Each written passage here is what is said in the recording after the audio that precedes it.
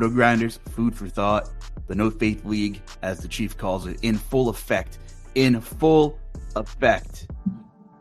One of our Tier 1 teams went down. It was my only Tier 1 team last week. But now we have to have a lengthy conversation on what the hell is happening in the NFL. It was a crazy week. The playoff picture is shaping up. Best ball contest, season-long championships are on the horizon. DFS still in full swing here. What's up, Will Priester? What's going on? Nothing much, man. Listen, I'm going to just not say anything right now because I have a full recap of No Faith League shenanigans that happened again this week.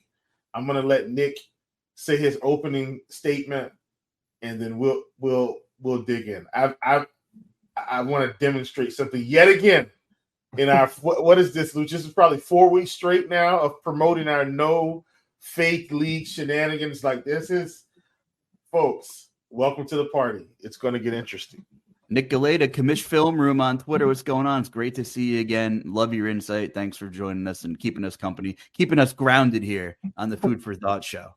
Yeah, I appreciate you guys inviting me to the party, even if we can't have any faith in what's being served, how it's going to taste, anything like that. I mean, the one team I think everybody universally agreed was talented just got ran off the field. No, you better listen to this podcast. What did I say, Luuch? I've been saying it every week. I said San Francisco could legitimately roll out here one week and just get demolished because it's the No Faith League. Well, but it's true. I was right about a few things and wrong about a few things this week, but since you have a little script on deck there, run me through your thoughts on Week 16. Sure. We got Saints. We got Rams. Rams roll up 30-22 against the Saints. Not really going to No Faith League that one. I expected the Rams to win that game. Bengals Steelers. Mason Rudolph at quarterback. Bengals surging. Oh, my gosh. They're probably going to get into the wild card. Nope, folks, the No Faith League is back. Steelers run all over them, 34-11. Bills Chargers. Bills sneak out of L.A. with the win, 24-22. I know my good friend Luuch has a couple of Super Bowl tickets there, but it's still the No Faith League. We got Jets Commanders. Oh, my goodness. Trevor Siemian starting. I love this spot for the Jets. Jets running up on them, almost lose the game at the end with Jacoby Brissett with his heroics. Yet again, Jets come through 30-28. Lions beat the Vikings. No surprise there. Bears beat the Texans. No surprise there. Packers squeak by the Panthers. No surprise there. Seahawks squeak by the Titans. Slightly a surprise. Falcons 29-10 on the Colts. No surprise there. Buccaneers 30-12 over the Jaguars. This team might be dead, folks. No Faith League in full effect. Cowboys lose 20-22 in Miami. Not really a surprise. Expected Miami to win this game. Dallas has now lost, I think, 2 in a row, and they're going to make all these excuses. But once again, I don't think this team is going to a Super Bowl. Bears beat the Cardinals. Not really a surprise there. Patriots walk off the Broncos, 26-23. No Faith League. We thought the Broncos had turned it around, and then suddenly we've got Bailey Zappi looking like the second coming of 2000 to 2020 Tom Brady. Raiders beat the Chiefs. Oh, my goodness. None other than probably the No Faith League champion of the week. Raiders 20, Chiefs 14. And guess what? This time it wasn't on the wide receivers. This one was on Patrick Mahomes. We'll get there in a second. Eagles run past the Giants 35-23. And then we had 2 Tier 1 teams, I think, face off against each other. We felt like, hey, this might be a preview of the Super Bowl. And Brock Purdy, once again, shows why things aren't Purdy when he's got to face a beautiful defense like the Baltimore Ravens, 33-19 49ers, 33-19 Ravens. And now we're probably going to start hearing people talk about Lamar Jackson for MVP. Folks, that's your No Faith League rundown of Week 16. Luuch, you're muted, brother. Got to turn the mic on. In all fairness, it's probably more about Luuch's keyboard and mouse than his actual microphone, but that's a story for another day. No Faith League, No Faith keyboard. I mean, you can't trust. I mean, I was first day using the wireless mouse. I'm an amateur, I guess, but I'm really just maybe not a fan of the Logitech setup I got here. I could not get to the mute button. It was like skipping over the mute button. So I'm like unmute, and I couldn't get there. So Bad variance on the me trying to hit the mute button, I guess. I was going to say I thought you might need some oxygen after that rundown. I think you gave Chris Berman a run for his money with the 2-minute drill. Whoop, whoop. I mean, that was pretty key. Maybe we should have the Chiefs 2-minute rundown to start kicking off our shows, because I actually really like that.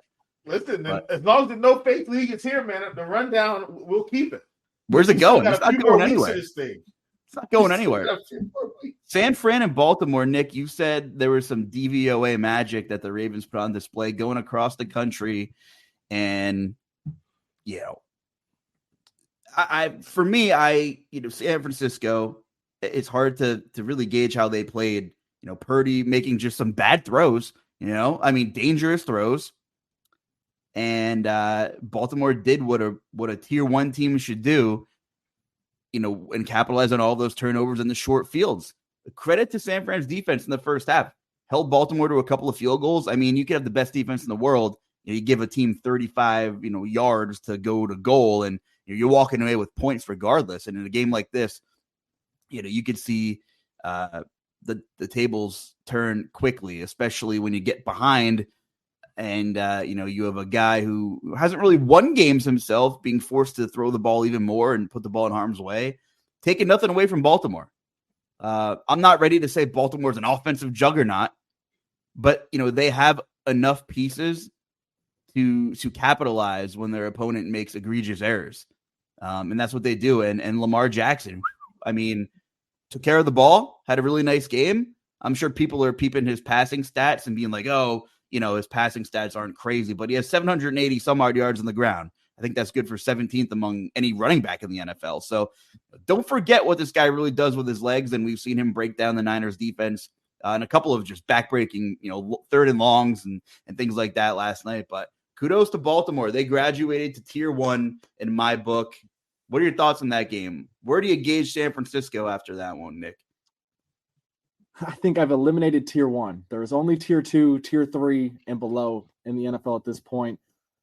Baltimore, like you said, they took care of the football last night. San Francisco turned the ball over 5 times. It's tough to win a football game when you lose the turnover differential by 5.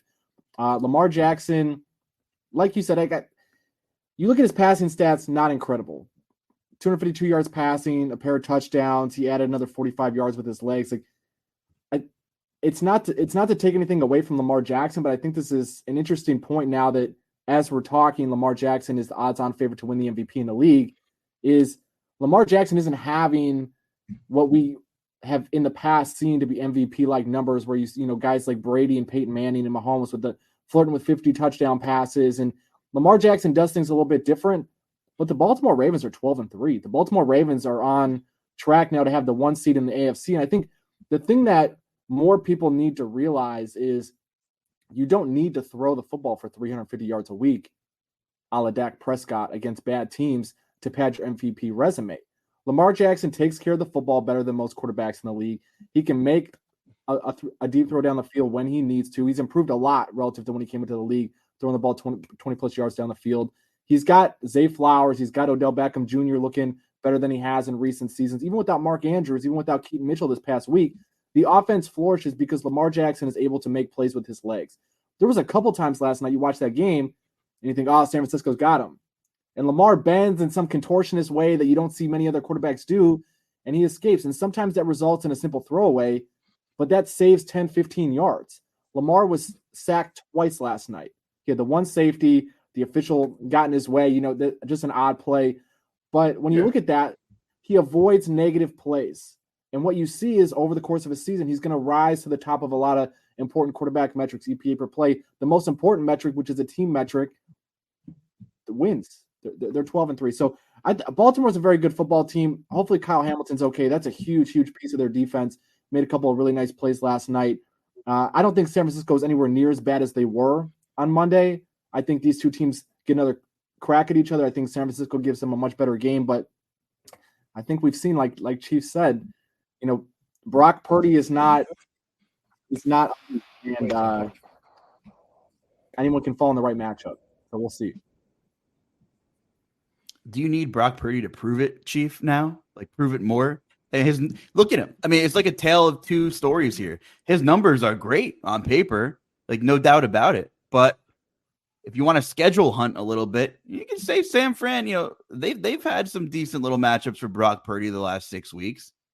I mean, they haven't really faced many juggernaut defenses. And on the flip side, Lamar Jackson also can't control who's on his schedule. He can't control the other variables on the AFC North. He can't help that Joe Burrow went down. He can't help that the Steelers suck. He can't help that they didn't fire Matt Canada till like week 10 or whatever it was. He can't help that Deshaun Watson and Nick Chubb are both not playing football. He's taking care of his business, and he just did it on the biggest stage against the best team in the league, as some were saying before week 16, and now perhaps Baltimore has that crown, Chief. Well, let me say this. I'm not making any excuses for the AFC North. Like, quite frankly, the AFC North might have some of the best coaches in football. Like we're laughing about this, but look at what these coaches are doing with limited resource. For everything we want to say about Matt Canada, this team is still possibly going to finish the season with a winning record, or be it 500 or above. With bad quarterback play half the season, bad offensive coordinator coaching half the season, Kevin Stefanski loses 2 or 3 quarterbacks. They get Flack off the practice squad, and the team's playing better than the other 3 quarterbacks. Like, you get what I'm saying? Cincinnati, yeah, I know they lost to the Steelers, but Jake Browning has been serviceable in some of these games and has kept them afloat. Like, hats off to these coaches in the AFC North for just not failing. Like, you got the Patriots winning, 3 games? Like, the whole AFC North has probably won more games than any other conference combined. Is that correct? I mean, I haven't looked at it specifically, but the Ravens have won 12. The Browns have won 9 or 10? Are they 9 and Browns have 10. The Steelers and Bengals both have 8. They are the only division of football to have every single team above 500. So think about that. And they have to continuously play each other. And the whole division is above 500. And these coaches, like, we can say what we want. The AFC North, just give them the Coach of the Year trophy and let them all share it. Because whatever is going on up there right now, it's incredible. Outside of that, I'm going to come back to what you were talking about with the 49ers. Look, man, and I'm not, you guys know, I try to be fair across the board. I don't care who you are. Like, we got to see good quarterback play in the right matches. And guess what? Dak Prescott's been failing. Josh Allen was failing. Tua Tagovailoa was failing. Like, think about all these good quarterbacks that just have been flopping in good matchups this year. What did we say? It's not good enough. Like, when you play the good football teams, you have to win. Like, you want to be, if you want to get your team all the way, like, you have to win. And Brock Purdy, look, he's faced the Eagles, he's faced the Cowboys, but, like, this is the best defense he's faced all year. Like, hands down. No doubt about it. And, yeah, I know, like, I know the Ravens had some short fields, but a lot of that was because of Brock Purdy. Now, look, fluke interceptions, I get, but, like, the one where they're driving down the field and he just throws it into triple coverage, like, in the end zone, like, you just can't do that. Like, come on now. They at least get a field goal out of that drive. That was just the first interception of the game. They're driving. It's like, okay, they got a little mojo, and then he throws an interception. And guess what happens? Then he throws another one. And then guess what happens? Then he throws another one. Then he throws another. He threw 4 interceptions. Like, my point is. And lost a fumble. Correct. Here's my point. You can throw some fluky interceptions. Like, Jameis Winston has been a byproduct of fluky interceptions in, like, feels like every game of his career. But he's also been a guy that likes to take chances down the field and creates interceptions. And so when you think about Brock Purdy, and for everything they say in terms of the metrics and his size and him having to throw with anticipate, like, we hear all these things, right? Well, when the interceptions are being caused because of what he has to do to be a good quarterback, then at that point, the defense has beat him that day. Do you get what I'm saying? Like, that's my point. Like, the defense just beat him on Monday Night Football. Like, yeah, do I think he's a bad quarterback? No. Do I think he's elite? No. Is he the GOAT? No. Is he good? Absolutely. But the defense got the better of him yesterday because of his skill set. And if that's the skill set that they're going to see in the Super Bowl, I think they're going to beat him again. Like, I really do, because the Lamar Jackson skill set is one that you can't really beat. Like just think about how he plays the position in terms of affecting wins and losses. Lamar Jackson could have the worst day passing in the world, and he could still beat you. Like Nick was saying now, and then I'm going to be quiet here. If you just watched the game last night, there were several plays. I mean, key third down, second down. You think, okay, they've got him dead to rights.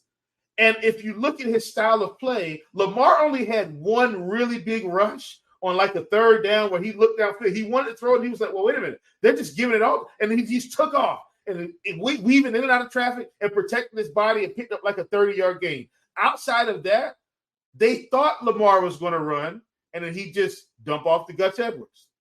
He dump off to whoever, somebody in the middle of the field running just to open themselves up. And that's how they really gashed San Francisco. It wasn't really like they capitalized off the turnovers, like the Zay Flowers, one play score when they just handed it to him inside the 20. But like outside of that, he just made play after play after play after play. And then you guys know how I feel about this. My last thing, Harbaugh got back to, I think, what some of the roots were in special teams. When you're playing a team like this, what do, Luuch? You just keep taking points. They kicked 4 field goals yesterday. They only scored, I think, 2 or 3 touchdowns, but they kicked 4 field goals. And look at this. They just kept opening it up. Open it. Okay, you got us. We'll take 3 here. We'll take 3 there. We'll take another 3. And before you know it, the game got away from them. Like they didn't drive down the field and come out empty-handed. And I think coaches are starting to outsmart themselves in the field goal game. And I'm as big on analytics as anyone. Like, I know a lot of people say, well, how can you be big on analytics, but you're saying they need to kick field goals? Well, I'm saying you need to score points.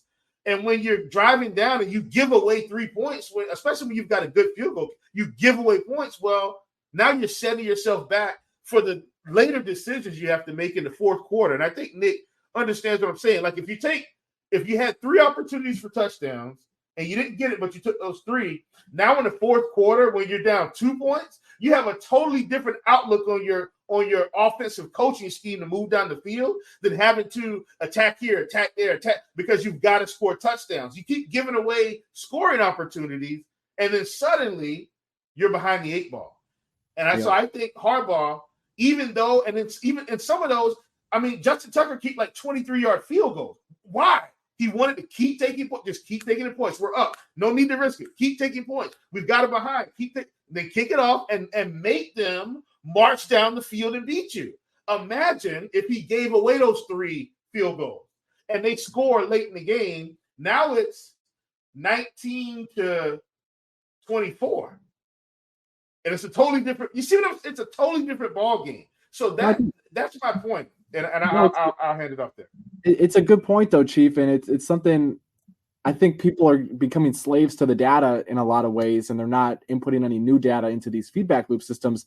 Miami kicked 5 field goals this weekend and won 22-20. Their biggest win of the season, they scored 1 touchdown, but they kept putting themselves in positions to put points on the board. The Chargers were another one. I know they came up just short against Buffalo, but they kept taking points. They made that game a lot more competitive than it probably could have been. Your point on Purdy, though, I think it's really apt, and about him facing good defenses, and the larger question about what do we get from quarterbacks on good teams when they face good defenses. Last night, Purdy played Baltimore, best defense by DVOA that he's faced this season, and we saw he struggled, bunch of turnovers. The second best defense he's faced this year by DVOA was Minnesota, which they also lost to 22-17, and Purdy did not play well in that game either. Had 1 touchdown, 2 picks. And that team blitzes more than anybody in the league. Yep. So I think that's a fair point. The other thing that I think it's sometimes condescending to refer to people as like casual NFL fans. So I don't mean this in a bad way. I just mean people that aren't in the weeds for a profession like we do this every single day and have to do it for our work requirements. 28 quarterbacks this year, qualified quarterbacks that have at least 325 dropbacks on the season. Brock Purdy ranks 22nd out of 28 quarterbacks in turnover-worthy play percentage, meaning just because he doesn't have a lot of interceptions doesn't mean he hasn't been making a lot of interception-worthy throws. The only quarterbacks in the league this season with more turnover-worthy plays than him, Geno Smith, who's been hurt a lot this season and is not widely regarded as one of the best quarterbacks in the NFL. Trevor Lawrence, been hurt most of the season, has never really lived up to his prospect pedigree. Then you have Gardner Minshew, backup quarterback, Joshua Dobbs, pretty much a backup quarterback, been on 3 different teams this year. Desmond Ridder, benched twice. Mac Jones, benched, I think, 17 times by the Patriots. So in that metric specifically, like that's the tier that he's in. So it's not to say that Brock Purdy's not capable. It's not to say Brock Purdy's not responsible for a significant portion of what San Francisco has done well this year. But he's got his flaws, especially relative to some of the game's elite. Even the guys like Dak Prescott, like we're crucifying Dak Prescott, we being the collective, pundits that talk about football, because he's had a couple of bad games against good defenses. Dak Prescott's a heck of a lot more talented than Brock Purdy, in my opinion. Absolutely. And that's just my thought. Yeah. And that's my point, I think, Nick and Luuch. I know you got to get here, but that's my point. Like, if we're going to be fair, let's be fair across the board, right? Just keep that energy consistent. Yeah. Like, let's not kill Dak and let's not kill Trevor Lawrence and all in the game. And then Brock Purdy, because he plays in the 49ers, he doesn't make it. No, like, listen, guys, he's not. If you took Brock Purdy and put him on the Steelers are still a 500 football team. Hear me out. If you took Dak Prescott and put him on the Steelers have probably won 10 to 12 games this year. Even with Matt Canada's bad quarterback, if Dak Prescott was on the Steelers this season, Matt Canada is probably still the offensive coordinator, because Dak can make up for a lot of the play calling deficiencies, right? And so, to me, when we're talking about the quarterback position, and I want to keep this in layman's terms and a little bit less statistical, but can you hand this guy the ball and say, "Hey, go win me the football game"? And guess what? If you're asking him to do that, there's probably 4 to 5 quarterbacks in the league that you can legitimately say, "Hey, go win me the football game." And Brock Purdy's not in that class. So I'm using fantasy data points. Great website. Brock Purdy, when trailing, 3 touchdowns, 7 picks, 74.2 quarterback rating. And yeah, we saw a lot of those picks yesterday, but still, I mean, just not great. And they haven't trailed much. So we haven't seen a lot of trailing Brock Purdy. My second point is, and like, maybe not the best analogy, but I'm kind of getting 2021 Titans vibes from San Fran, in the sense of, I was there. Ryan Tannehill threw 3 interceptions against the Bengals, but you had great play calling with Arthur Smith, a guy who should be a coordinator somewhere, and he would be one of the top in the leagues. Now, can he be a head coach of a team? I don't know, but he was great. You have A.J. Brown, you have Derrick Henry a couple of years ago, like 900 carries removed, right? You have a good offensive line. I mean, boy, they dropped like flies. That Titans offensive line had Ben Jones, Taylor Lewan, Roger Saffold, and a couple other guys. Jonnu Smith, who was capable. You get a really good defense as well up front. And, we saw Tannehill, Tennessee skirted to this, number 1 AFC seed. And, with Derrick Henry, who's kind of an anomaly, kind of like how Christian McCaffrey is. Like, they just, there's some things numbers can't even justify with the way they can break open a game, or, get 6 extra yards here, 5 extra yards there, and, turn a 4th and 3 into a first down. But the quarterback play just, like you stick 2021 Ryan Tannehill, who was a couple leg injuries removed, in this San Fran offense, and you kind of have the same season that Tannehill had. That was his best season of his career, right? You have the play calling, you have the entire supporting cast. And I even heard whoever was calling the game last night said, "Oh, Brock Purdy's playing point guard." Like, oh, wow, he got him. Like, that's great. That's fine when you're able to do that. And I think we can all agree. But when push comes to shove and you make a couple oopsies early in the game, can you get all the way back? And I think that's such a great point, Luuch, and it goes back to what Chief said. Like, nobody's sitting here trying to take away Brock Purdy's accomplishments from this season. It's just to say, if you put another guy in that situation, would the 49ers have had similar, if not better success? And in games against good teams like Baltimore, against good teams like Minnesota, when McCaffrey was banged up that week in Minnesota, I think Debo was out that week if I recall correctly. Trent Williams. So like when these guys are out, do you have a quarterback that can just get the job done? And I think about a guy like Tom Brady, who Purdy's been compared to because of where he was selected in the draft and his start to his career and all that. I think Tom Brady's been retired for 2 years, and we're already to a point of like forgetting just how good Tom Brady was and how he elevated teams that had a former college quarterback as his top receiver on teams that went to the Super Bowl. He had years where he had no offensive line, and he's routinely in the AFC Championship game or in the Super Bowl. And now you have and winning it, not just getting it, he's winning it. And I'm not even necessarily like picking on Brock Purdy for this, but league wide, like everyone's ready to crown the next Tom Brady. Patrick Mahomes, it's his first year not having all his studs around him, not having a super healthy offensive line, not having receivers going to make plays for him.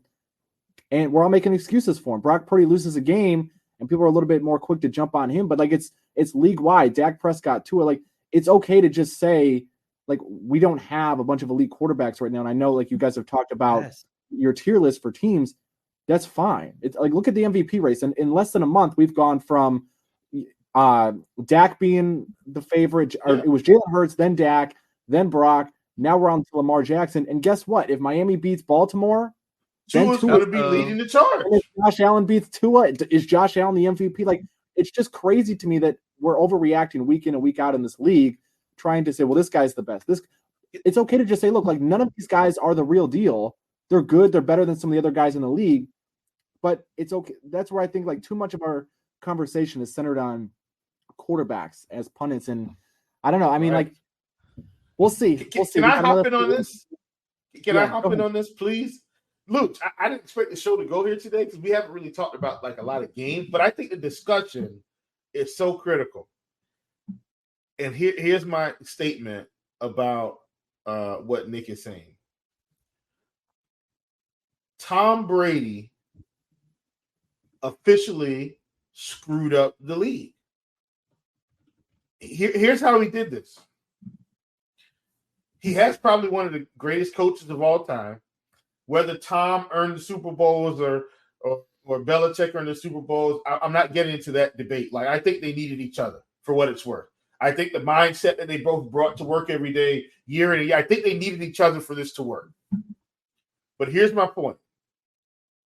We've gotten Tom Brady played so long and played with a level of greatness so long, and we saw him accomplish this so long, right? The league is starving for Tom Brady, but they don't have it. There isn't another Tom Brady for a long time, I would assume, right? Like, it's kind of like the league looking for Michael Jordan. And it's like we want to say it's LeBron, but deep down inside, I think everybody, man, there isn't another Michael Jordan. It's not happening, right? People have to carve their own path. We've seen Tom Brady win so much with so little. Because of him, people think that's normal. It's not normal. And as we see, we keep watching these quarterbacks, right? Me and Luuch come on here all the time and say, hey, we got these rookie quarterbacks. You need to give them some help to bring them along. But as they become veterans, you start to think in your mind, okay, now they're veterans. They can carry a team, right? They can get it done with limited weapons. And the salary cap has screwed a lot of this up. And, we can get in all the other little particulars. But the bottom line is Tom Brady has officially screwed up the league.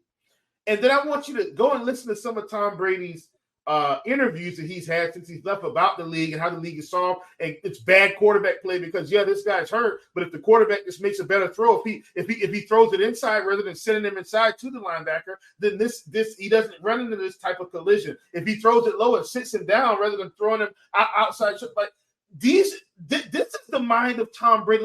Like we don't think about how great his mind was for football, but this is why he could get it done with nobody. Him and Gronk.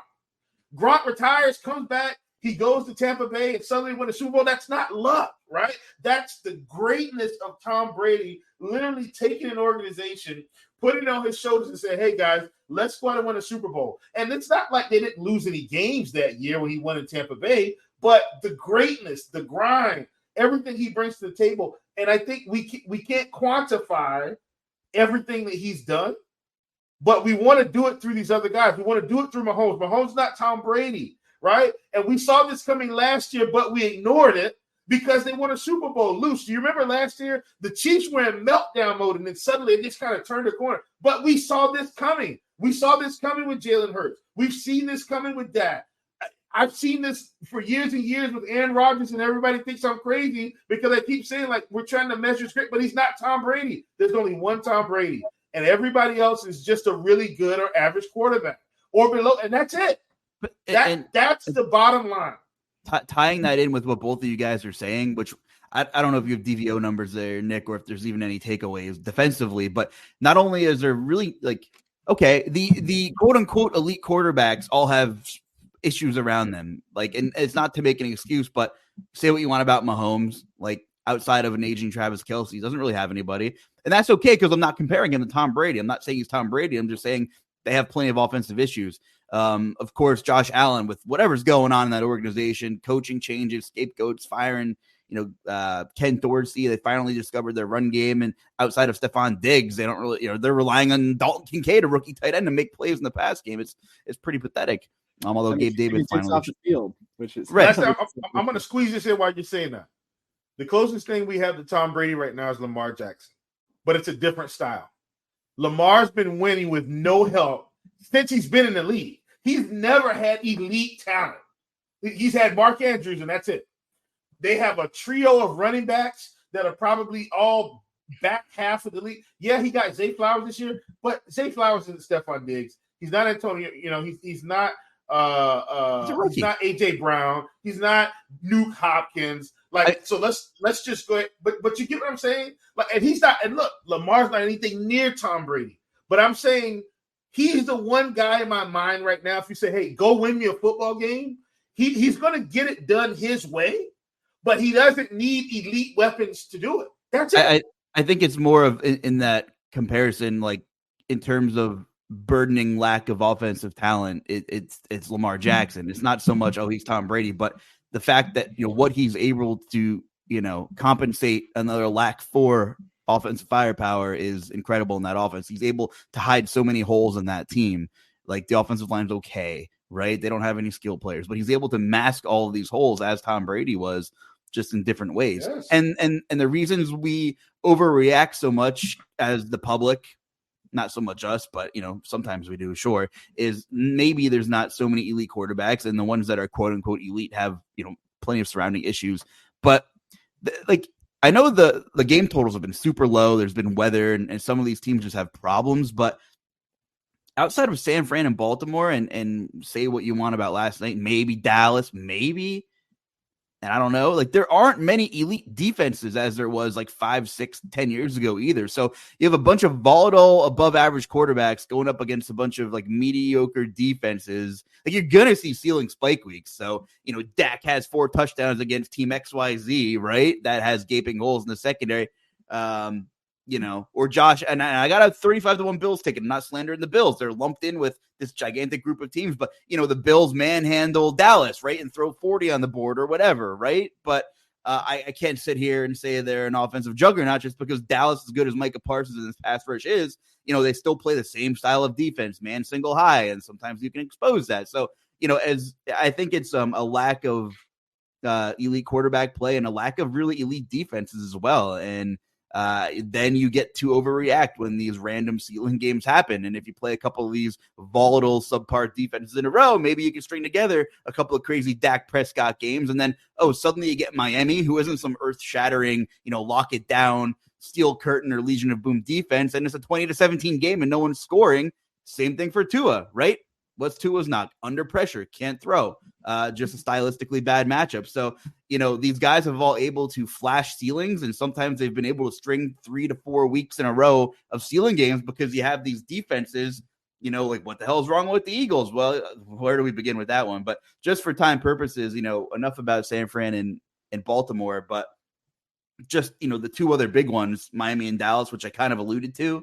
And, last week, Chief and I talked that 2 tier 2 teams duking it out on our list because, for many of the reasons we kind of just talked about, Commish. You want to believe in these quarterbacks. Neither of them are elite. They've both had ceiling games against, lesser competition. And we've seen them really kind of not wow us against, I don't even want to call elite defenses, but more formidable defenses in the league. And it was about as close of a game as anyone could ask. And plenty of offensive firepower. CeeDee Lamb, Tyreek Hill, Jalen Waddle, Raheem Mostert, Tony Pollard, whatever. There's 37 total points, and it was just kind of like an unmovable object means what was it called? Meets an immovable force. I don't know, whatever that analogy is. And I don't know. That was just kind of what I expected it to be. Like two teams that can contend for a Super Bowl. There's like 12 teams that I wouldn't be shocked if they got hot and won 2 or 3 playoff games. There might be a team with a gaping, glaring hole that ends up in the Super Bowl this season because there's so many teams with so many issues. I don't know who's the complete football team. Maybe there are none in the league. But either way, I have to give Miami credit because I've crapped on them a lot on this show. And again, they can't control who's on their schedule. We've seen them mop a bunch of bad teams. They mopped Denver when they were bad early in the year. They mopped the Commanders. They lose to the Eagles, and they had a couple other close losses to some, better competition. And this was one of the games. Miami has, Dallas, Buffalo, Baltimore to end the year. A lot of their teams have already played their gauntlet. But I said, I want to see Miami get it done in this gauntlet 3-game stretch. I don't know what anybody thinks about Dallas. I think they're one of those teams that can be in the Super Bowl if all of the cards broke, their way, which I could say that about a third of the league. But all the credit in the world to Miami for getting that win. And finally, knocking off someone that I consider a Super Bowl, a threat to get to the Super Bowl, I should say. So thoughts on Miami and Dallas, Nick? I'll throw it over to you. I'll say I wasn't surprised by the game script at all. I was on the under. It was one of my favorite looks of the week. Miami's got offensive line issues, and we've seen time and time again when Miami doesn't have a fully intact offensive line, it disrupts the genius of Mike McDaniel, and then we're left here wondering, does Tua Tagovailoa, is he the guy? And I don't think it's, again, I don't think it's the right argument to say, well, Tua's not the guy because he only scored 1 touchdown against Dallas because they only put up 22 points against Dallas, a defense that just got lit up by the Bills. I think the larger issue here is there's not a lot of great team play around these quarterbacks, which again gets back to what you and Chief were saying. The Cowboys have been pretty abysmal against the run this year. They benefited from some turnovers. We know the schedule they've played has not been that great. Miami, if you look at Miami, they have a few losses this year. Buffalo, able to get pressure on them. They lost by 28. Philly, able to get pressure on them. They lost by 14. KC, able to get pressure on them. They lost 21-14 overseas. And then that Tennessee game, they just played bad on all fronts. I know they were banged up a little bit, kind of a weird game script. They had the lead with a couple minutes to go. And then Dallas, one of the better defenses they played this year, they only put up 22 points. Again, the 5 field goals. For Miami, I think the recipe for them is clear. How are they going to win games? How are they going to get to the Super Bowl? And by the way, they have the third shortest odds right now to win the Super Bowl. I'm looking at SAO's price comparison tool here. They need to play teams that don't have good offenses, or they need to play defenses that are not able to get pressure on them. I think both of those things are incredibly unlikely to happen over the next month and a half as we get ready to go into February and see who's going to be one of those last 2 teams standing. On the other side with Dallas, I'm with you. You look at it, Dak Prescott, talented. I think we can agree on that, but he's got no running game. I've been a Tony Pollard proponent for years, and it just hasn't panned out. I don't know what's happened this year, if it's been offensive line issues. I know they didn't have Tyron Smith this past week at 100%, but there's a lot of issues with Dallas. I think defensively, the issue is not having Ezekiel Elliott, but story for another day. We're not having a Zeke comp, right? Not having Correct. A guy. We've seen Baltimore have success with the tandem running backs. The Browns, despite losing Nick Chubb, they have Kareem Hunt and they have Jerome Ford, 2 different styles of running backs. Even Miami's had different guys with Mostert and with our Kane back there, so they've had success with different guys like these guys. Detroit, David Montgomery and Jahmyr Gibbs, the list goes on and on. These teams who run the football well. Dallas doesn't have that. Defensively, you have Micah Parsons who can wreck any game, but I think to get back to that particular game script, it wasn't a super big shock to me. Miami's defense has played really well. Jalen Ramsey's been a huge impact for that defense. I think having a new defensive coordinator this year, you've seen those guys have just been better and better, more and more comfortable in the system as the season has gone on. So it wasn't a huge shock. I think you look at any of these teams at the top of the Super Bowl list, the 49ers, we just discussed their shortcomings extensively. Baltimore, they're banged up, especially if Kyle Hamilton's not there. That's a huge red flag. Miami doesn't have a healthy offensive line. Philly's got no defense. KC's got no offense. Dallas has issues on both sides of the ball. The Bills have 5 starters who didn't play last week on the defensive side of the ball. Detroit has no defense because they spent a first-round pick on a running back. Jacksonville's not healthy on either side of the ball. The Browns are on their 5th quarterback of the season. And then we're at the Rams, who are 70-1 to win the Super Bowl. Like, is that crazy to think that the Rams are a team that has legitimate aspirations? I bet them last week at 80-1. And that's what I'm saying. The Rams, and this is what we were talking about, Nick. We talked about this earlier this year. The Rams are supposed to be a bad football team this year. This team's supposed to win 3-4 games max. Yep. I'm saying as we start the season, remember all these reports. Oh, Matt Stafford's not connecting with the young guys. The elbow.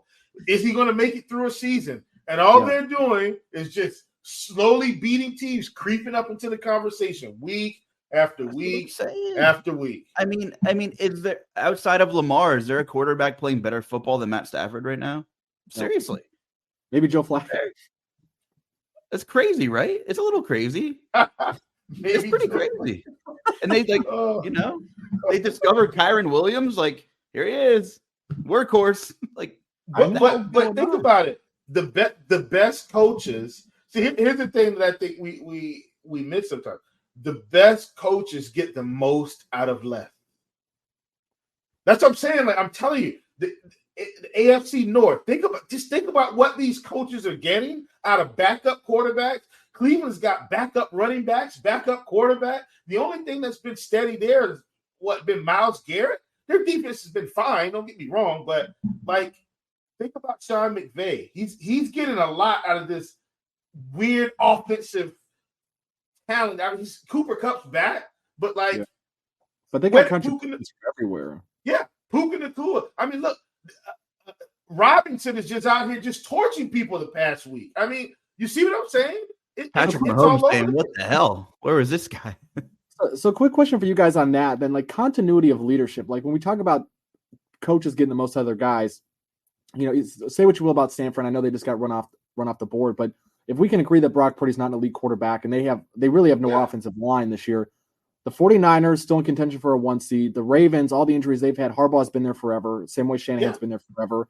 You've had Mike McDaniel now in his 3rd season at least. Mm-hmm. Andy Reid's been there for a while. The Eagles 11-4 despite all of their flaws, and I think the list is as long as anybody in football. You've had Nick Sirianni there now for a few years. We're talking about the Rams somehow defying the expectations to win 3 games, and they're probably going to be in the playoffs. Sean McVay's been there for a while. 5th season? This McVay's 5th season now? I believe I can pull it up real quick. But my point with that, and like with you guys, like the question for you guys is, I especially living in Cleveland for a long time, I went through brought in a new coach, he sucked. Oh, God. Brought in a new coach, he sucked. Now we're going to another guy. These guys who are getting the most out of bad rosters have been there for a while. Like, it's like, and I'm just curious your guys' thoughts on the impact that has to have the same leadership, be it a quarterback, a head coach, a GM, to have those guys there year after year, that you show up and you have faith, right? And I know this is, as an analytical person, I'm going to get shot by the analytics crowd on Twitter and social media, but I don't think football's progressed to a point where you can quantify everything the way you can in a sport like baseball. And that's why we have teams kicking 5 field goals and winning, and everybody's like I don't hear anybody from the analytics crowd this week talking about Mike McDaniel being an idiot. Correct. And see, that's the thing. I think sometimes it's hard for us to evolve and bring in new data because we want all this fresh data and we're always on to the next thing. But points are still how you win games. But back to what you were saying, Nick, in terms of continuity of leadership. And it's year 7 for McKay, by the way. 7, Mike. See, that's what I'm saying. Like, I knew it was at least 5. He's in year 7. So so here's what the media does. The media says, well, I think the message is getting a little stale. That may be true, right? But the foundation of the team with the leadership, it means so much. Look at a team like the Panthers. Look at a team like the Giants, right? Because, I mean, Dable, this is what, his second season? So look at a team like that. Look at a team like the Buffalo Bills with McDermott. McDermott's been there, 4, 5, 6 years now. And, we were writing them up, and they're definitely not as good today as they have been, like, in years past. But when you're around an organization – for McDermott, 7. So him and McVay were named head coaches. They have coordinator over. They've had turnover at the coordinator positions, which I think is notable. Yeah, this year for sure. But my point is, and Dable was a part of the Bills as well. He went to the Giants. But my point is, head coach, GM, those guys stay and they continue to work together. They build trust. I think that builds trust with the team. And all of a sudden you get something percolating, right? And I think the other thing too is, as guys have been around, especially if they've had winning seasons, they start getting a little bit more rope. And so that's why I got a team like the Steelers. We can say all we want about Mike Tomlin. Who are the Steelers going to go and get that's going to be better than Mike Tomlin? That's what they have to ask themselves. Who are we going to go and get that's going to be a better coach all around for our players, our locker room organization than Mike Tomlin right now? And if you can't answer that, why are we moving on? I will say this. I'm not quite sure Belichick is out the door this year. I'm not quite sure. If they get a better quarterback, maybe they get Belichick to give up GM or play personnel duties, right? If they get him to back off of that, I think he's still one of the best coaches in football. Coaches. Like, just look at how that defense played against the Broncos on Sunday night. I mean, they were all over the place. Well, how they played all season. They haven't had Matt Judon. They haven't had Christian Gonzalez all season. They've had two starting quarterbacks that, like. And guess what? You know who's responsible for that? Bill freaking Belichick. Look, the quarterbacks are bad. They don't have talent at the wide. When I say talent, I'm saying, they don't have elite level talent at the wide receiver position. They always have tight ends, this weird collection of tight ends. But this defense is still playing at an elite level. So coaching matters. I think, last thing I'm going to close out with this. We might not feel like this guy's the best coach in the world, and I'm not saying that he is, but how about Todd Bowles just continuing to coach down there in Tampa Bay with Baker Mayfield at quarterback? And they're winning football games. And look, we play in the worst division in football. Don't get me wrong. But Baker's had to go out of the division and win. And it's looking like they're going to win the division and probably have a home playoff game. And if they get Dallas, I'm not sure Dallas is going to go in there and beat this team. My point is, like, the coaching, right? Like, coaching matters in the league. And I'll leave it at that. Nick, super great point. What do you think, Justin? Well, don't forget about Pete Carroll, who's the oldest coach in the league. And, I think the NFL is Drew Lock. Right. And an ailing Geno Smith with, he's definitely not even close to 100%. But the NFL as a organization is just absolutely like winning, crushing it, because how many teams, were eliminated prior to this week? Like, everyone's bought in because there's so many, what we talked about going hand in hand, mediocre defenses, mediocre quarterbacks. Everyone's going to be pretty competitive for the most part, right? And I had the AFC South up right here. The Titans are one of the few teams that were mathematically eliminated. They're 5-10, and we saw them beat Miami, right? We saw them have some big wins. 7 of their 10 losses were one-score games. I mean, like, a lot of I don't have the numbers of one-score games this year in front of me. Maybe that'll be my homework for the next show. But I'm willing to bet it's pretty damn high. Like, the number of one-score, one-possession games we've seen this year compared to years past. And that's what you get. You get, a bajillion teams at 8-7, 7-8, heading in with 2 weeks left when, there's so much mediocrity, parity, and volatility around the league. This is what you get. And it's great. That's why we love it. We can analyze, and it comes down to maybe who makes the one impact play. And you talk about the Rams, like, yeah, their defense is not what it was 2 or 3 years ago, but they still have one big impact player on that side of the ball. So you get into that one-score game, and Mr. Donald makes a play that turns your season around. I mean, it just kind of comes down to a couple of splash plays, more than usual. That's, very cliche of me, but the league is so jumbled together. There's so much parity, more than we've ever seen before, which is why we're sitting here with the AFC. It looks crazy. The NFC, everyone's still in the hunt basically. And there's a lot to unbox here. It's just crazy. So I'm kind of looking ahead to next week, and I'm looking at some opening spreads and things like that. And, one of the biggest games is on Saturday, right? Two of my quote unquote tier 2 teams, Dallas and Detroit. Okay. We didn't talk about any Jared Goff out here, and his team's 11-4, right? Detroit, little pass rush, nothing else in that defense, like you said, Nick. Plenty of skill players on offense.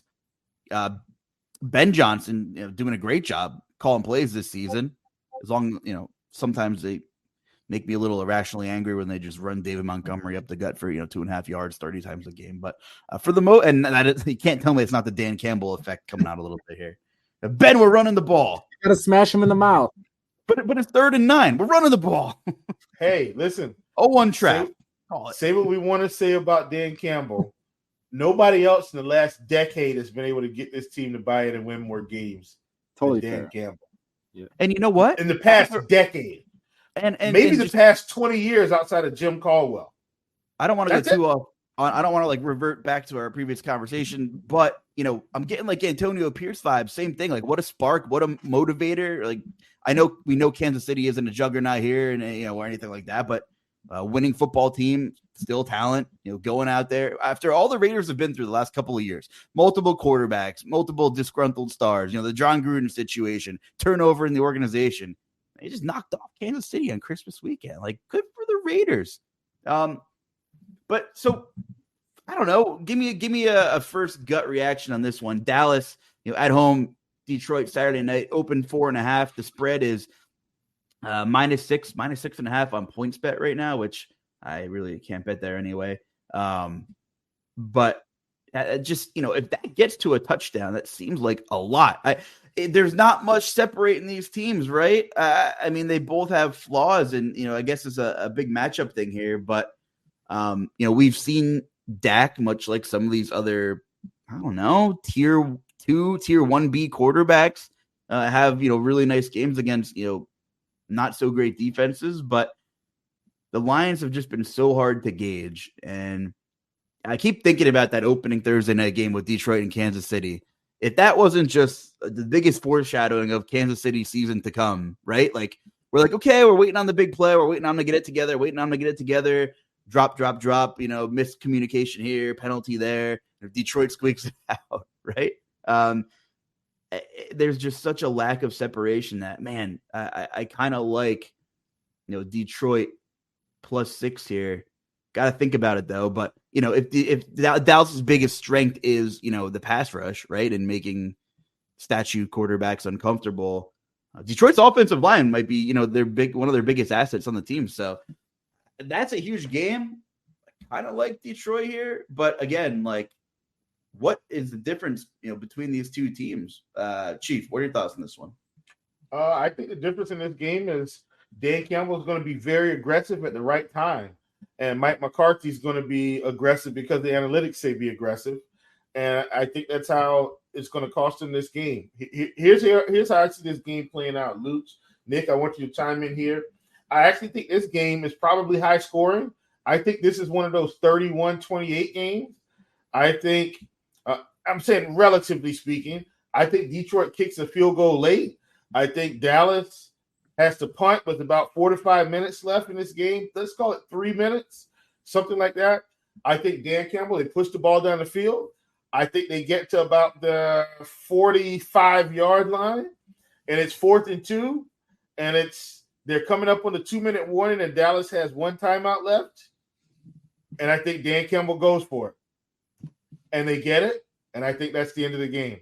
Because one thing we've seen from Dan Campbell, so here's the thing about Dan Campbell, right? In terms of, I think, the way he processes the game, Dan Campbell plays to win.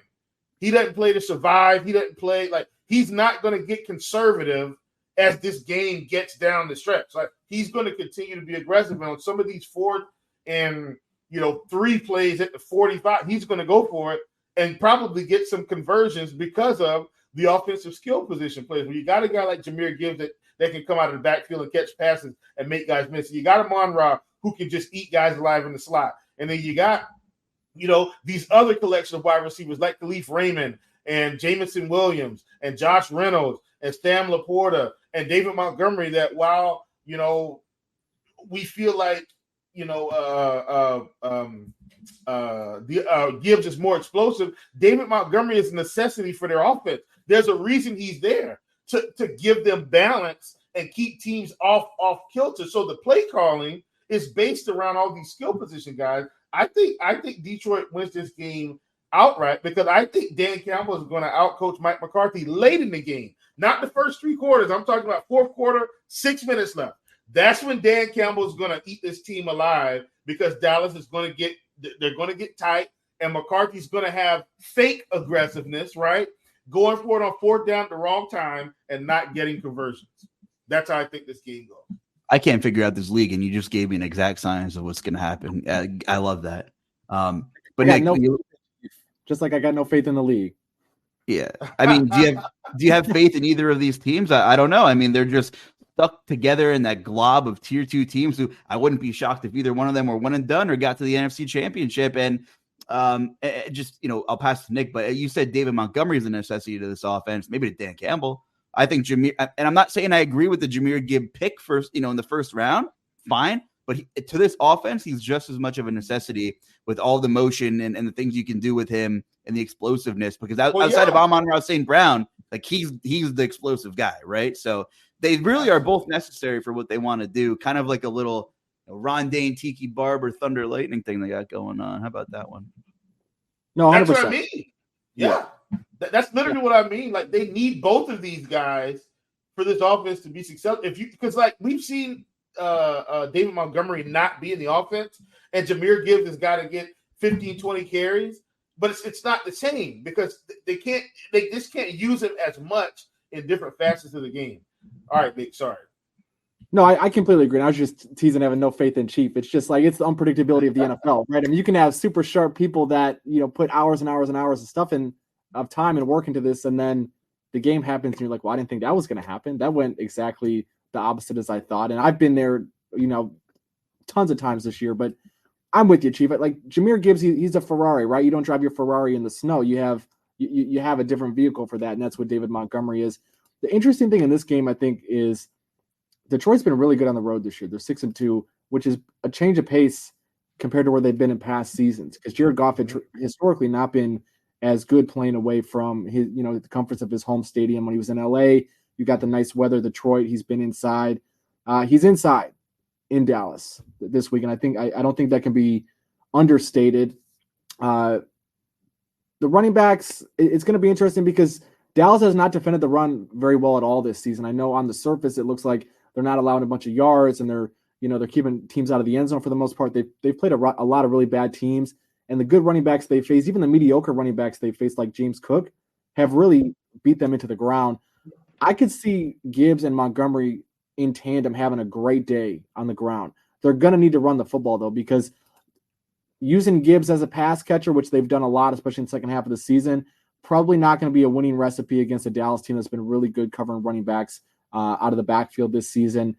I will say I think this is a really, really big get-right spot for Dallas offensively. I think Dak is going nuclear. Detroit can't defend anything at the moment. I think Dak and coming to get back on track. I think we're gonna have everybody talking about, well, should Dak be the MVP? Should Dak be, considered one of these top tier quarterbacks after this week? I don't necessarily know if the Cowboys are gonna win. I think I'm aligned with. I know Chief wants to take Detroit outright. Luuch, you said at first glance Detroit +6. I think I'm willing to let this line run and see if we get to +7. +7, I think I'd for sure fire on Detroit or take them +14 if there's another line out there that I really, want to take them in a teaser situation. But I don't know what Dallas has shown in any situation this year to make you feel comfortable taking them at, 6 points, especially after the last 2 weeks facing Miami. They lose outright. They get absolutely blitzed by Buffalo. Even Philly, man. Like I think people look at that Philly game, they're like, well, they beat Philly at home. What's Philly? Philly's a bad football team. I don't think anybody was confident enough to admit that when they were 10-1 and they had been outgained, I think 6 straight weeks. But now, I mean, we've seen them lose to Seattle. We saw them struggle against the Giants yesterday. They're not a good football team. So I think I'm willing to throw that game away for Dallas as well. And I think it's an interesting situation. It was, this game reminds me a little bit of Las Vegas against KC over the weekend. The Raiders were 11-point underdogs to a team that we were only semi-confident was going to even score 11 points in the game. And now this week you got Dallas, a touchdown favorite against Detroit. And I don't think either one of these defenses is going to have much success. So if you're looking at it from that perspective, I think it's, Luuch, you mentioned the one-score games happening at a high rate this year. And I think we see another one in this spot. I think we're going to see a lot of points. I think this game's going to go right down to the wire. And, which quarterback is going to have the ball in his hands last and he's going to make a play. Let me ask you this. Do you believe in Detroit's offensive line holding up for Jared Goff in the passing game this week? They got to be healthy. I mean, Detroit, we've seen the numbers when they have their offensive line intact, they are a top 5 offense unequivocally. When they are missing any of those pieces, all of a sudden it falls apart, and we're sitting here wondering if Detroit's going to move on and pick a quarterback in the draft next year or go to someone else in-house. I think Jared Goff is like a lot of the quarterbacks we've talked about so far in the show. If his offensive line is healthy, if he's got St. Brown, if he's got Gibbs and Montgomery and all of his, fancy tools available to him, they're going to put points up. If somebody gets hurt, which can always happen in game, you're going to see a totally different offense and you're going to see a totally different performance out of Jared Goff than what I'm expecting pregame, which is I think he's going to play really well. If that offensive line is intact, no practice injuries, I think we should look into the over. Maybe a little food for thought group sweat. When Jared Goff is under pressure this year, 171 dropbacks, an atrocious 49.8 quarterback rating, 2 touchdowns, 5 picks. If they keep him upright, different story. On the flip side, I mean, we're talking about Dak, and Detroit's biggest strength, if any, on defense is their pass rush. He has the highest quarterback rating in the league with among any quarterbacks with at least 50 dropbacks. 103 quarterback rating, 8 touchdowns, 2 picks. Dak has been good under pressure. That's one thing, you can't really take away from him. So, thinking about those two things and, the run game advantage you think Detroit might have, which, some would think, oh, maybe it'll shorten the game a little bit. I think we're going to see a couple explosive plays out of Dallas, right? I think we're going to see a couple of boom plays. So I do think it's possible that both things happen. Run game, play action game for Goff works, but that offense is likely going to have to come through. So maybe we look at the game total as we get closer. Yeah. And I will say this, I'll add one more stat to the good nuggets that you just dropped. Jared Goff this year from a clean pocket, 3rd best passer rating in the entire NFL. And like you said, Dak has been elite from a clean pocket under pressure. So they're going to put up points, man. As long as they don't let Micah Parsons absolutely, wreck this game, I think both of these teams are going to be able to score at will. That line moved from 51.5 to 53.5. I feel like we're chasing already, and I hate that, though. I hate not getting that line on, Monday. Maybe it's a prop day then, right? Maybe we'll find a prop that correlates with the over. The other big one is Miami and Baltimore. And, we spent time talking about both of these teams. I don't think any of us would be surprised here if Miami beat Baltimore after our entire, hour-long conversation about the state of the league. But what's Miami's biggest key to this game, Chief, to beating Baltimore in this specific matchup? What are your thoughts on this one? Huge game. I think their biggest key is playing in Miami. That's not happening. And so as a result, I don't think they're about to walk into Baltimore and beat this team. I think, once again, this is also probably going to be the best defense they faced all year. Yep. And trying to contain Lamar Jackson, I don't see it. Love Jalen Ramsey. And I do think the Dolphins defense is formidable now with Ramsey in the fold. I think they've been much better, which is why I think they were able to win that close game yesterday. If Ramsey's out of that football game yesterday, I think Dallas wins that game. No doubt about it. So I think Ramsey's had a significant impact on this game. But once again, I'm going to stay true to a lot of the things we've talked about on this show. If there's one guy that can get it done with limited weapons, it's Lamar Jackson. It's because of the style of play. And I don't think the Dolphins, as explosive as they are, I don't think they're walking into Baltimore to get a win here. We're going to see Tua under some pressure, not a lot, but I just think the way they play football in terms of coverage and mixing in their schemes, I think they're going to fool them. Now, once again, they got some guys that may be out, and that could change things. But as it stands right now, I think the Ravens win this game. What are your thoughts, Nick? Big game in the AFC. Yeah, I'm taking Baltimore. I think the interesting thing, if you look at the Dolphins' schedule this year, the most mobile quarterbacks they played Josh Allen in Week 4. They lost by 28 points. They played Patrick Mahomes in Week 9. They lost by 7. And they played they played Philly in Week 7. They played Patrick Mahomes in Week 9, and Philly beat them by 14. The interesting thing is none of those quarterbacks had great days on the ground. Hurts had 20-something yards rushing. Allen and Mahomes were contained pretty well as well, but they didn't have a whole lot of negative plays in terms of sacks. And I think this will be an interesting thing because we haven't seen this defense fully intact with Ramsey, and I know they've lost a couple of guys to IR. Javon Holland might not be 100% at this point in the season, but with Ramsey back, we haven't seen them play a truly mobile quarterback and what that's looked like. And I know Dak last week, sometimes Dak gets out and run. He had 25 yards, and they held them to 20 points. But this is going to be their toughest test by far, facing a dual threat quarterback, and we just haven't seen it. For me, I'm with you, Chief. I think playing at Hard Rock is a huge advantage for the Dolphins, which there's no way that they can formulate that in this spot. Yeah. We're going to look at it being a short week for Baltimore coming across country. I don't know how much stock you can put into that just because the league and these organizations have gotten so good about managing rest and recovery and sleep, sleep schedules and all that kind of stuff that I don't know that that's the advantage that it might have been 5 or 10 years ago. For me, I think if you look at this game from a pure talent perspective, Baltimore's a better team. And again, we don't know if Kyle Hamilton's going to play or not. If Kyle Hamilton's out, maybe I change my tune a little bit. But Baltimore, I think, is just so much more talented at this point. And most importantly, like you said, I know what my floor production is out of Lamar Jackson this weekend. I have no idea what a worst-case scenario looks like for Tua. And I don't like to think, but I have to think it's closer to what we just saw from Brock Purdy than it is what you would expect from, like the Tom Brady's that we've seen in the past, or even the Patrick Mahomes, who have a relatively high floor. I wouldn't even put Tua in that category. I think there's a really, really, really significant chance that Tua bottoms out here and we see Baltimore maybe win a game like 17-14. I think that's a realistic game script. I totally agree.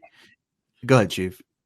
Well, and what I was going to say too is, some of these throws we saw from Purdy, and I'm parlaying this in the Tua, like some of these interceptions he had yesterday, it's because he had to get rid of the football. Now, his first one, not so much, but some of the other ones, it's like, oh, footsteps. He's hearing I've got to get rid of this football. And that's how a lot of the other ones were created. And so, we're talking about Tua. If he's got to let the football go early, he's going to be in trouble. Because, in this offense, the way they've been playing right now, it's a lot of timing. And some of these routes they want to get for Tyreek, these aren't, some of them, not all, these aren't, 3 yards around the line of scrimmage. Some of these are 15 yards, 20 yards, 30 yards down the field. And if he gets fooled in coverage, he's going to have a long day. And so that's really what I'm saying with Baltimore. Like, that's why their defense is good to me. Like, they can fool quarterbacks and almost make them have a bad decision based on scheme and coverage. Whereas sometimes they don't even have to blitz. They just make you make the wrong decision. And that's why this defense is so good. That is such a good point, Chief. So real quick, I just want to add, because Brock Purdy, it's been a huge deal all year about the offensive line that they haven't had great protection up there, but Purdy's been able to get the ball out quick, and that's how he's overcome some of the blitz issues that he's had in years past. But the coverage sacks, or like coverage, making the quarterback hold the football without blitzing, huge last night. You forced Purdy into some bad throws. Tua, second quickest average time to throw this year when under pressure. But if Baltimore can make him hold the football, I agree. Yep. I think we see some poor decision-making from him. Do you know where Brock Purdy ranks in that list, out of curiosity? Yeah. 5th, and that's after yesterday. And you know what? Because I'm looking at quarterback under pressure throws from when I saw how bad Goff was. But Brock Purdy, second in the league in quarterback rating, 11 touchdowns, 4 picks among any quarterback with 50 dropbacks when under pressure. But a lot of that is getting the ball out quick. Shanahan and Mike McDaniel aren't dummies. You talk about two of the best schemes in football. Yeah, that defender might be coming in and getting him. But the ball's out, and it's a design short game or a bubble screen or something like that. So the coverage stacks right here, the drop back and throw situations, right? The 3rd and 12s, the 3rd and 8s. Those are the differences there. I'll give you this one because it might not be the most aesthetically pleasing game. I know we got to start closing out here, but two more things I want to talk about. And one of them is, I'll give you this one, Nick, the NFC South. And I know Chief loves a good NFC South game. Tampa Bay and New Orleans. Suddenly a huge game, right? And if you win the NFC South this year, you're still a mediocre team, maybe below average, and you get the best strength of schedule, meaning the best teams. Maybe I phrased that poorly. So do you really win? What do you really win if you win the NFC South? But anyway, pretty big game. You win a Dallas, right? Right, Chief? Listen, if Dallas has to go play Tampa Bay, I'm not taking Dallas in that game. I'm telling you, because they got to go to Tampa Bay and figure out. And Dallas just say what you want. They've been so bad on the road this year, like so bad, like nothing like being at home. Once again, we crucified Jared Goff for when he was on the road. Dak's not played well, or the team hasn't played well, and as such, Dak hasn't played well on the road. Because I think Dallas is still going to be favored if they have to go to Tampa Bay. I think that's the case. Like, they'll probably be favored by 3 to 5. Yeah, 3 to 5. And I'm just telling you, like, I'm not taking Dallas on the road their first playoff game. I don't care who it is. I don't care if they were playing the Falcons. I wouldn't take them on the road. And I'd live with the result because you're going to get Tampa Bay at plus money in this situation. But anyway, so Justin, you're asking me on the spread, not to get off track. I know it's trying to keep me and Chief on track and keep us under time. I mean, I know you followed Tampa Bay pretty closely the last couple of seasons. Maybe not so much, as he did, during the Brady era, but pretty big game, 2.5 point spread. I mean, God, it's just been. I think the Saints have been dealing with so much turmoil. There's been rumors of why are they actually sticking with Derek Carr? They've had so many injuries, right? I mean, death taxes and Michael Thomas getting hurt. I mean, even he was great. Yep. Great in his prime, but it's over. Alvin Kamara slowing down a little bit. Chris Olave has the drop, seems every other game. But on the flip side, it seems like Tampa Bay and Baker Mayfield have some mutual interest, and I wasn't really expecting to hear that conversation. I really didn't. I don't know if any of us can sit here and say, yeah, like they should, it's the guy for anybody. But thoughts on this game? Maybe for the division, maybe. Yeah, I think this is. I'm actually going to upload this to SAO so everybody gets a free pick if they listen to this show. This is an absolute slam dunk on the Buccaneers. In my mind, you look at their DVOA the last 4 weeks, so week 13 to 16. Tampa's 6th best in the entire NFL, and DVOA is weighted. So I mean, some people look at the schedule and say, "Oh, well, they haven't really beat great teams." It doesn't matter. They, like we just mentioned earlier in the show about them going to beat Jacksonville 30-12. They beat Green Bay in Green Bay, not an easy place to play, no matter how talented of a football team you are. They beat them by 2 touchdowns. They beat Atlanta. They beat Carolina. They beat the teams that they're supposed to beat, and they beat some of these teams by wide margins. New Orleans, it happens every year. Somehow, leadership, the front office, they convince all these aging veterans to restructure deals, take deferred money, which has been going on forever. Ohtani wasn't the first one to do it in any of the professional sports. New Orleans has been doing this, borrowing against future money year after year after year. What they've been able to do is keep big names on the defensive side of the ball, the Marshawn Lattimores, the Cameron Jordans, guys like that. But they have no money available to go get depth pieces. So when you have guys like Marshawn Lattimore on IR, when you start losing linebackers and cornerbacks, injuries that other teams might be able to withstand without completely losing the trajectory of their season, New Orleans has no chance. And especially when you have a guy like Derek Carr as your quarterback, it just is what it is at this point. Baker Mayfield, I think, has his flaws. I saw him play in Cleveland for the first X amount of years of his career, and he had some really high highs. He had some really low lows. I've always thought Baker was better than the way it ended in Cleveland. I thought he wasn't healthy the last couple of years. I didn't think he had institutional support. It's been nice to see him have Mike Evans and some actual weapons in Tampa. But I think more than anything, the defense, it favors Tampa in this situation. The offense, it favors Tampa. And if you go look at what these two teams have done as of late, I just don't think there's really anything that you can point to in this spot and say, you know what, the New Orleans Saints are the better team. I just don't. Even on special teams, Tampa Bay, I'm looking at them for the season right now. they are neck and neck with New Orleans. So even if you call that a wash, I think Tampa's got the other two areas of this game on their side. They're at home. They're 2.5-point favorite on FanDuel right now. I think that's a slam dunk. If Tampa doesn't win, I'll eat my money and I'll live with the results. Love it. Sometimes we dig into a little bit of a DFS look ahead, but since we got the commish who's so sharp on the betting streets, we're looking at some of these games that are coming up. Lastly, the one other one that's catching my attention here, Chief, and if you want to piggyback anything in that NFC South game, go ahead. But I kind of think Cincinnati getting 7 against Kansas City is a gift at this point. Like, I know it's Browning. I know we've seen some volatility, but the Chiefs haven't really shown me like that they're going to blow the Bengals out of the water here. I don't know, maybe it feels a little trappy. I have to look more into it, but Jamar Chase is questionable. Maybe he plays. I don't know. Chase Brown kind of giving another element to that offense. I kind of think 7 points is a gift, even though it's at Arrowhead. I mean, like Kansas City has had their chances to have their get right spots. It's kind of like in Philly, and we spent no time talking Philly on this podcast because we've talked about them so many other times, and they kind of are who they are. But we just haven't got it together yet. Haven't played 4 quarters. We'll figure it out. Well, we're in week 16. You're not going to figure it out. You are who you are at this point. I think the Bengals getting 7 is really interesting. If you give me 7.5, like that might be a 2-unit bet for me. Listen, this might be the biggest no faith league matchup of the week. Like, I think as an example, I think when we look at the 49ers, I think they're going to beat the Commanders this week, no problem. I think the Rams beat the Giants.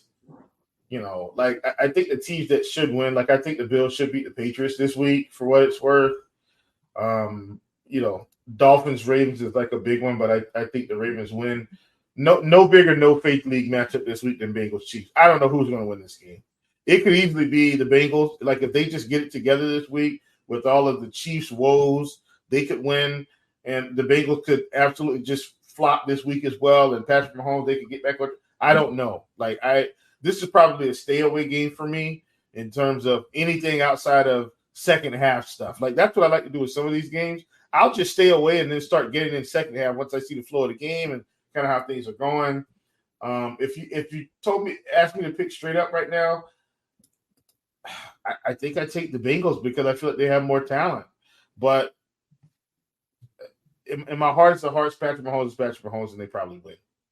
I don't know. I mean, George Pickens anomaly week. I don't know. It was just DJ Reader got hurt, so I know that's not good for Cincy's defense either. But I just think in this game full of two teams that are, I don't know.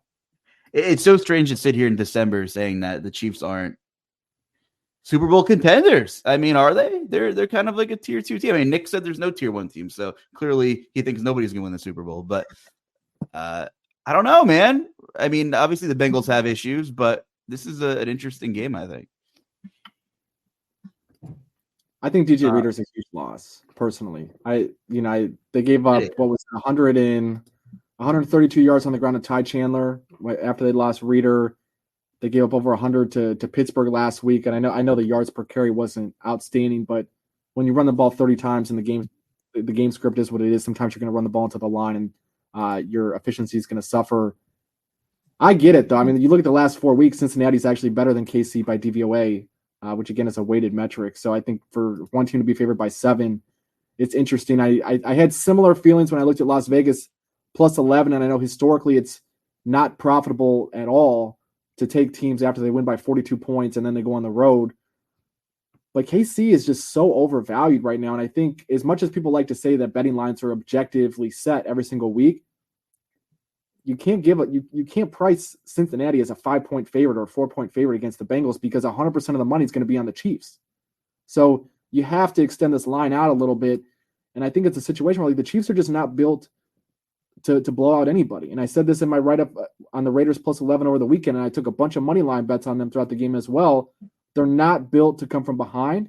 So if Patrick Mahomes throws a pick six, if you have some bad turnover luck, KC's not winning that game by 7 points. They're content winning by 3 because that's all they need to do because they're in desperation mode right now. So I think it's a stay away spot for me right now. I would lean Chiefs on the money line. I think Jake Browning is He's stepped below Joe Burrow, no doubt about it. Missing Jamar Chase is big. Joe Mixon is a shell of his former self. Like, there's a lot of reasons to not like Cincinnati as well.